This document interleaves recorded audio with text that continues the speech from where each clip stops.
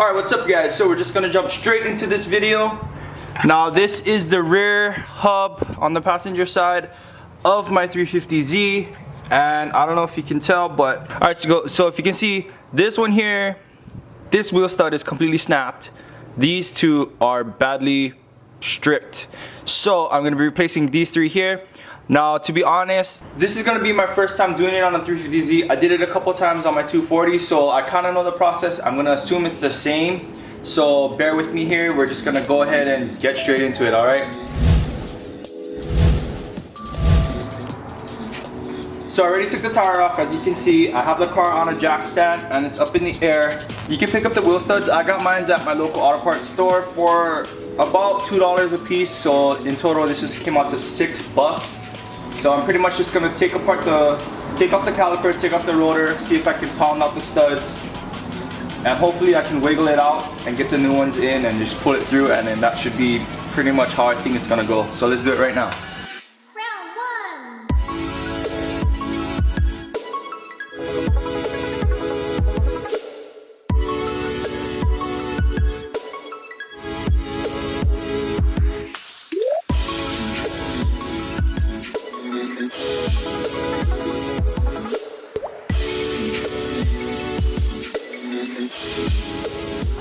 Alright, so you take it off, don't let it hang. I'm just gonna put it on this arm here, and we're gonna go ahead and remove the rotor.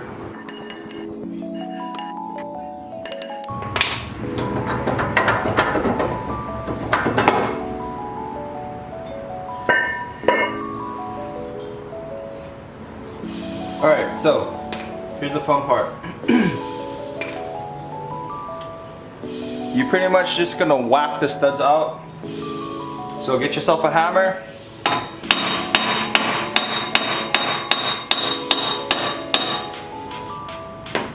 Pound it out. Just like that.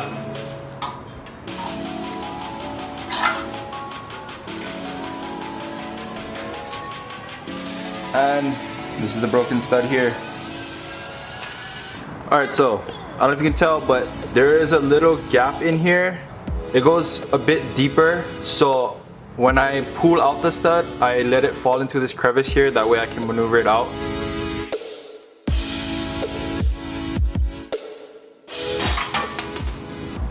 Alright, so just to give you guys a better example of what I'm doing, if you can see that there's this little crevice in here, instead of taking it apart like most online threads say to do, I pretty much am just sticking it in here,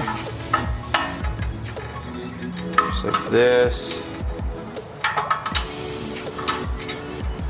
and then I'm pulling it through like this, just like that. That way you don't need to take apart the braking system in the rear.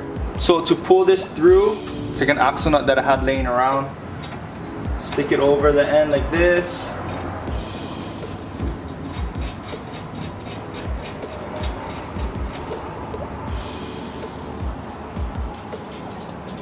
I wedge a bar on the existing nut here.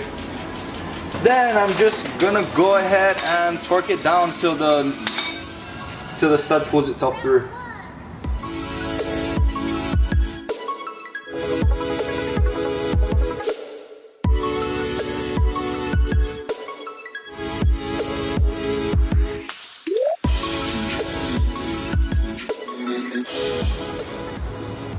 Alright, so I got all wheel studs on. Now I'm just gonna go ahead and put the rotor back on here.